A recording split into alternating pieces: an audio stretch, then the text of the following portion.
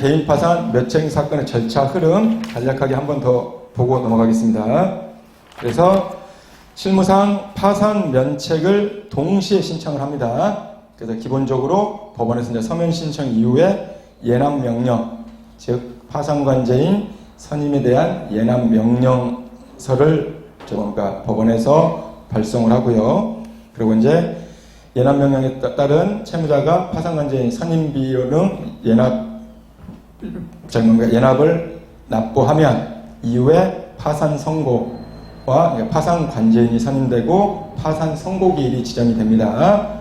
그러면 이제 파산 관제인이 채무자의 재산 관리라든지 채무자의 면책 요건 요건이라든지를 면책 요건인지 불허가 요건인지를 조사를 하게 됩니다. 그리고 이제 파산 관제인이 조사 보고서를 올리면 그 이후에 채권자 집행기 의견 청취기일이 잡히고요. 별다른 그 이의 제기라든지 없으면 그 이후에 법원에서 최종적으로 면책 불허가 면책 결정인지를 하게 됩니다. 그 다음에 밑에 개인 파산 및 면책 절차의 단계별 개요를 보면 파산 및 면책 신청서를 제출을 하는데 파산 및 면책 신청서를 채무자 주소지를 관할하는 지방법원 본원, 또 채무자가 영업자인 경우에는 영업소 소재지를 관할하는 고등법원 소재지 지방법원 본원도 가능하는데 기본적으로 개인회생이나 파산은 관할은 동일합니다. 그래서 서울 같은 경우는 법원이 동부, 서부, 남부, 북부가 있는데 그 지방법원 다 본원이죠. 상관없이 서울 전 지역은 서울회생법원이 관할을 합니다. 그리고 다른 지방 같은 경우는 지방법원 본원.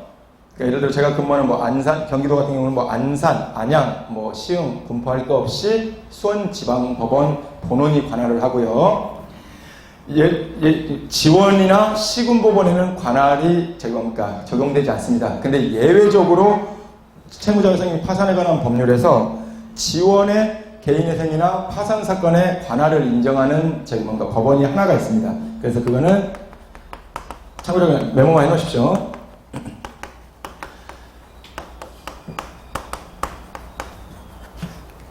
그래서 채무자 회생 및 파산에 관한 법률 제3조 10항일 겁니다. 법 제3조 10항에 유일하게 지원의 관할권을 인정하고 있는데 예를 들어 강릉시, 참고적으로 동해시, 삼척시, 속초시,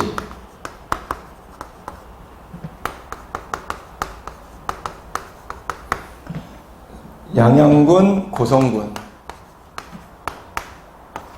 채무자의 보통재판적이 이 지역인 경우에는 예외적으로 춘천지방법원 강릉 지원에도 개인회생이나 파산 사건을 신청할 수 있는 예외 규정을 두고 있습니다. 이 외에는 다 그냥 정리를 그렇게 하십시오.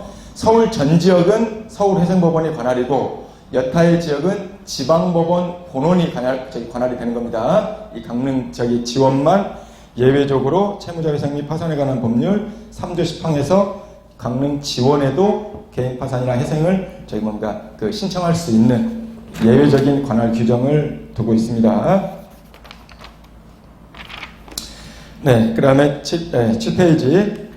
신청서를 접수를 하면 법원에서는 신청서를 접수한 법원은 관할, 절차 비용, 납부 및 첨부 서류 등을 기본적으로 서면 심사를 하고 필요한 경우 보정명령을 내리거나 채무자를 심문하는데 실질적으로 이 단계에서 채무자를 심문하는 경우는 거의 없다고 보셔도 무방합니다. 그 다음에 이제 이후에 예납명령 이제 파산관제인 선임 예납명령 아까 말씀드린 보통 기본적으로 이제 30만 원에서 예외적으로 채권자 수나 채무자한테 환가 청산할 재산이 배당할 재산이 있는 경우 50만 원에서 80만 원까지 나올 수 있다고 말씀드렸습니다.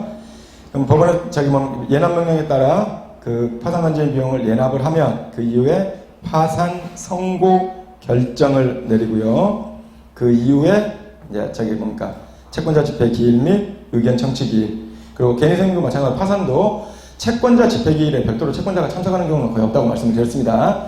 다 서면으로 이의신청을 하고, 파산에서는 특별하게 이의신청하는 경우는 거의 없습니다. 뭐 예를 들어 실제로 채권자가 파악하고 있는 채무자의 뭐 재산을 뭐 은닉했다거나, 뭐 예를 들어 채권자가 파악하고 있는 채무자의 뭐 월 소득이라든지 그런 게 뭐 예를 들어 형격히 뭐 차이가 있다든지 그런 예외적인 경우 외에는, 근데 이제 개인회생 같은 경우는 채권자들이 개인회생 절차 진행 중에도 채권이 어디로 양도가 됐다거나 뭐 양도통지서라든지 아니면 보증인이 대의변제로 해서 뭐 채권자를 변경해달라든지, 그래서 채권자 변경신청서라든지 해서 수시로 뭡니까 법원에 그 이의신청서를 제출을 합니다.